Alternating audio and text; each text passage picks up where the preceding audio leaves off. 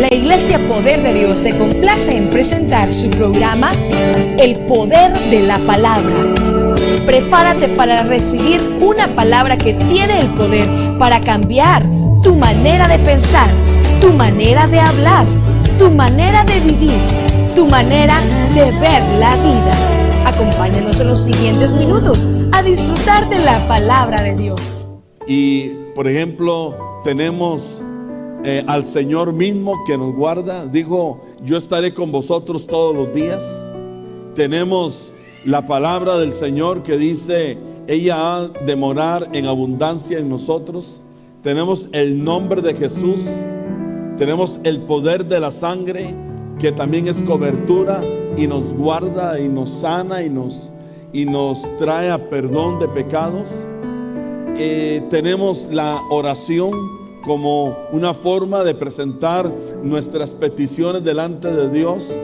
Tenemos a los ángeles del Señor, que dice Hebreos, que vienen a nuestro servicio cuando los necesitamos. Tenemos también el mismo poder del Señor, porque dice que el mismo poder que levantó a Cristo entre los muertos mora en nosotros. Y así yo diría que es una lista casi que interminable de cosas que tenemos. Y luego hablamos en lo que nos menciona el libro de Primera de Corintios, cuando habla de los diferentes dones que tenemos. Tenemos ciencia, sabiduría, tenemos el don de fe. Cuando nos falte fe, el don de fe se puede activar. Cuando necesitemos un milagro, dice que el don de milagros se activa en nosotros. Cuando necesitemos ser sanados, entonces Dios tiene sanidad para nosotros. ¿Cuánto dan gloria a Dios por eso? Cuando necesitemos también que realmente venga sobre nosotros una evidencia de lo que, o una palabra de lo que Dios puede darnos, entonces también tenemos la ciencia, la sabiduría. Y también estábamos platicando sobre lo que es el don de discernimiento de espíritus. Y tocamos el pasaje que aparece acá en Primera de Crónicas capítulo 12 y verso 32, cuando dice: de los hijos de Isaacar 200 principales, entendidos en los tiempos y que sabían lo que Israel debía hacer, cuyo dicho seguían todos sus hermanos. Entonces habla de que los hijos de Isaacar eran hombres que tenían discernimiento, que sabían lo que había que hacer. Y dijimos lo importante en este tiempo, ¿qué tenemos? O qué, cómo, lo importante es saber qué podemos hacer o qué tenemos que hacer. Porque hay diferentes voces que se escuchan por diferentes lugares. Y entonces dice que aquellos que sabían qué es lo que tenía que hacer, qué es lo que tenía que hacer el pueblo de Israel, eran los hijos de Isaacar. Y dice que entonces el pueblo de Israel seguía lo que ellos decían. Y entonces es muy importante comprender todo esto, entender los tiempos, entender que realmente cuando habla de entender los tiempos, habla de aplicar juicio, de ser gente que podamos tener discernimiento en esto. Y parte de lo que nosotros debemos de comprender de esto es de que la Biblia establece, por ejemplo, si usted va un poquito a conocer un poquito la palabra, por ejemplo, en el libro de Hebreos, vaya conmigo al libro de Hebreos, capítulo número 12 de Hebreos.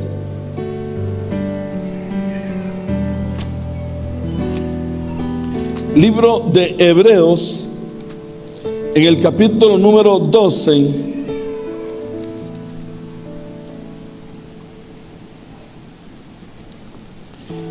y capítulo número 5 de Hebreos. Ahí está hablando un poquito de diferentes aspectos. Por ejemplo, en el verso número 11 de Hebreos 5 dice: acerca de esto tenemos mucho que decir y difícil de explicar, por cuanto os habéis hecho tardos para oír. Porque habiendo de ser ya maestros después de tanto tiempo, tenéis necesidad de que se os vuelva a enseñar cuáles son los rudimentos de la palabra de Dios, y habéis llegado a ser tales que tenéis necesidad de leche y no de alimento sólido. Y todo aquel que participa de la leche es inexperto en la palabra de Dios, porque es niño. Pero el alimento sólido es para los que han alcanzado madurez, para los que por el uso tienen los sentidos ejercitados en el discernimiento de el bien y del mal. Entonces, establece, yo diría, dos tipos de cristianos.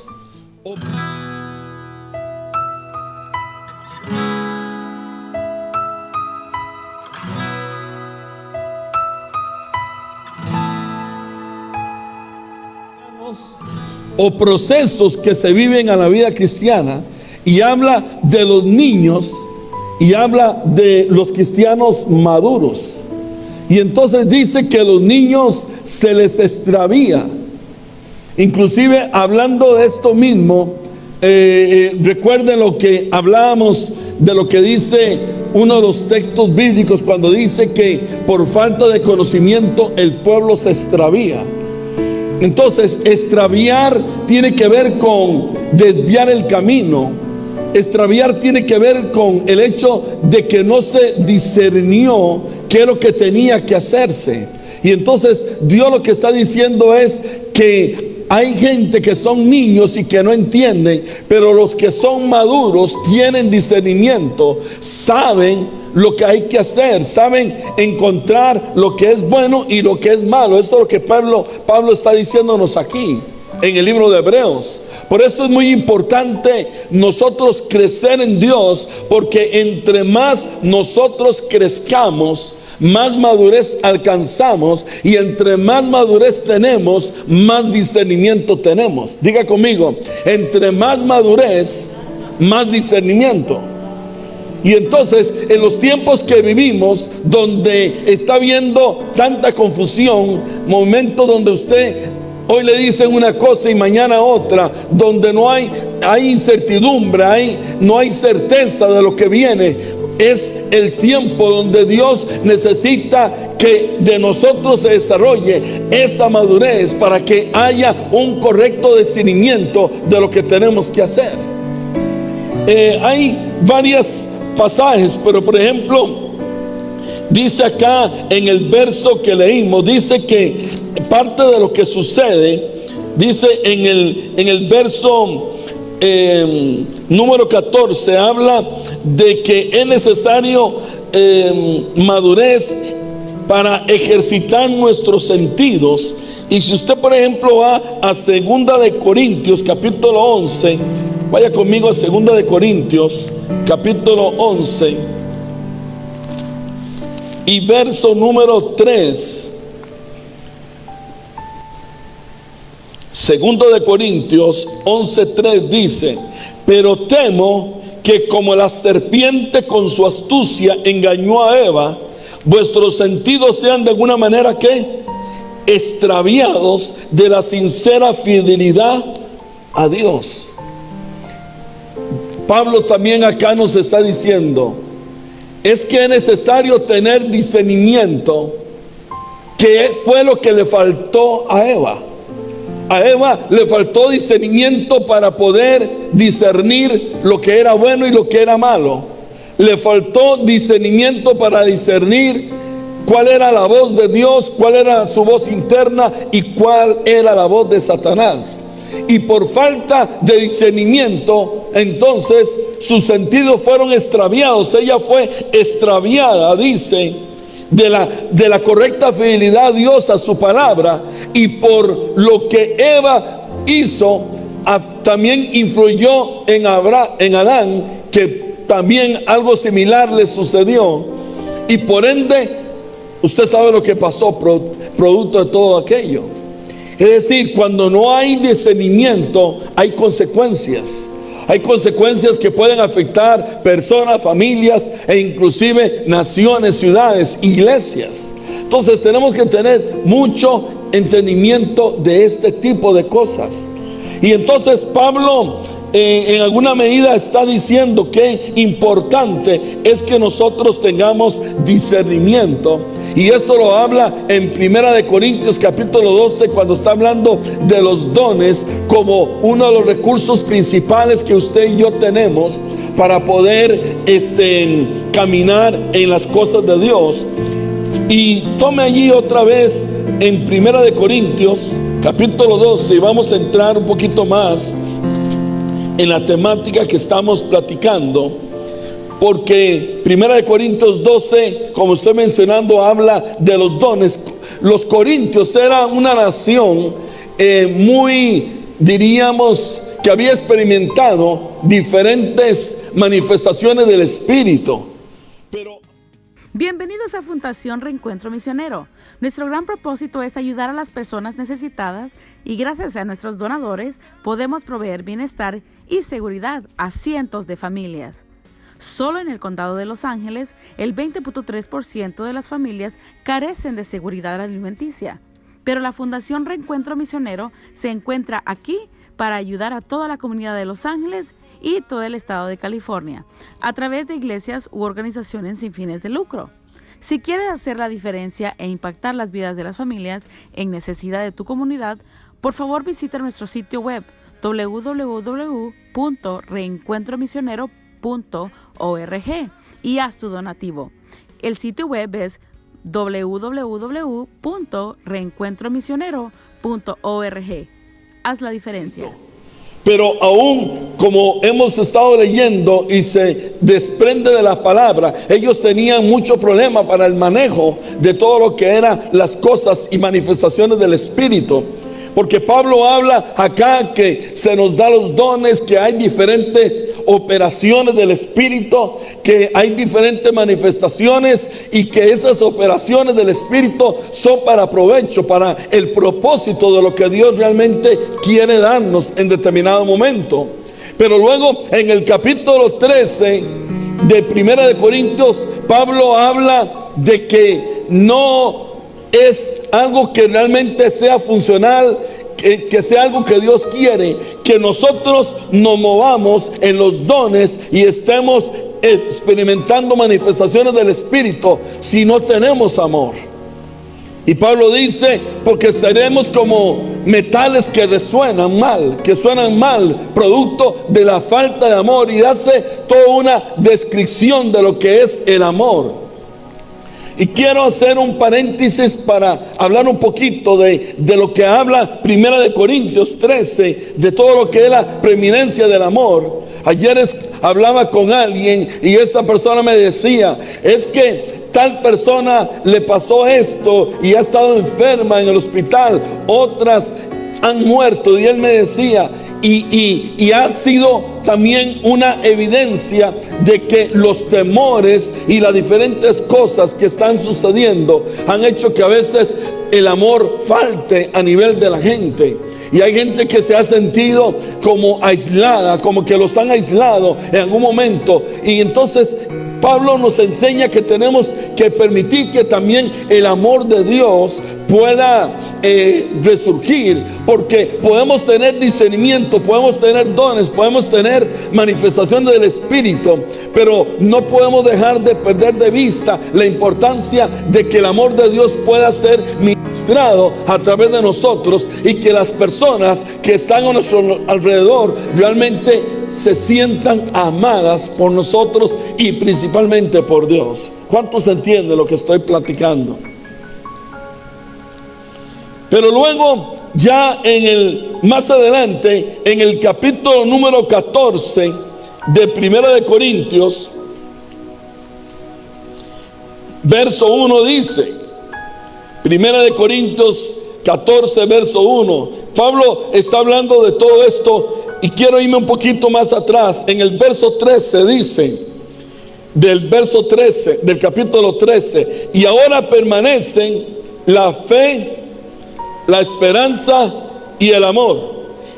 Estos tres, pero el mayor de ellos es el amor.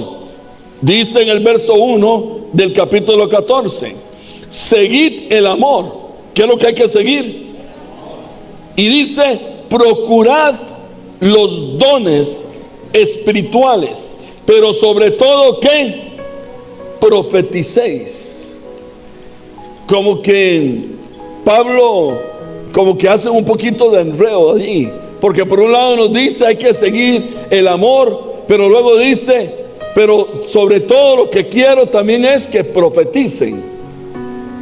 Cuando habla de la palabra procurad, esa palabra es una palabra interesante.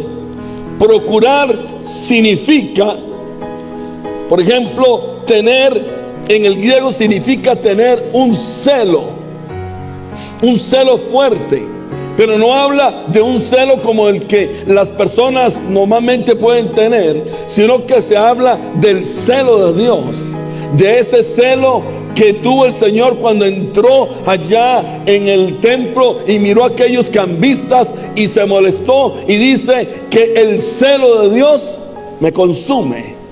Entonces estamos hablando de que procurar tiene que ver con, por ejemplo, esfuerzo, tiene que ver, por ejemplo, con el aspecto de apasionarse por algo, indagar, dejar de ser ignorante, esforzarse por aquello. Cuando Pablo dice procurar, profetizar, está hablando de poner énfasis también en la parte profética.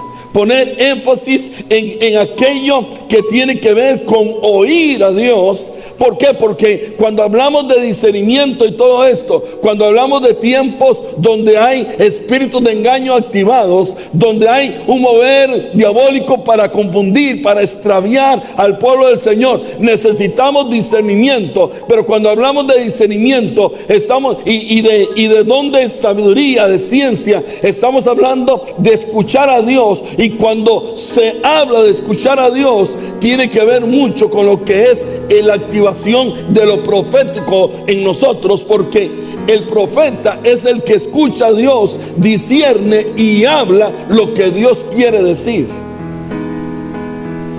Y aquí quiero también que entendamos de que la profecía, lo que es la palabra profética, va muy ligado también a lo que es la confesión de la palabra en nosotros. Diga conmigo, el que activa lo profético confiesa la palabra de Dios. Levante sus manos y diga, yo voy a hablar la palabra de Dios. ¿Por qué es importante esto que vamos a ir entrando en esta mañana unos minutos? ¿Qué tan importante es oír a Dios? ¿Qué tan importante es profetizar? ¿Qué tan importante es lo que usted habla y lo que usted confiesa? En esta semana subí una frase, algunos también la leyeron, donde puse allí que hay palabras que inclusive pueden traer muerte, destrucción. Entonces, la confesión es muy importante. El mismo libro de Romanos, hablando de la salvación, en el capítulo número 10 dice, porque con el corazón se cree para justicia, pero dice, pero con el corazón se confiesa para salvación. Cuando inclusive habla el libro de Job, hablando de lo que Job le pasó, dice en uno de los versos, dice, porque lo que yo temía me aconteció. En el original dice, lo que yo confesé me vino. Y hay una serie de escrituras que son importantes para que nosotros comprendamos todo esto que tiene que ver con lo profético, con la confesión. Por ejemplo, cuando en una ocasión también un hombre vino al Señor que tenía uno de sus siervos enfermos, llegó y le dijo, yo soy alguien que estoy bajo autoridad. ¿Cuántos se acuerdan del pasaje que estoy hablando? Y aquel hombre le dice, solamente tú di la palabra. ¿Y qué dice?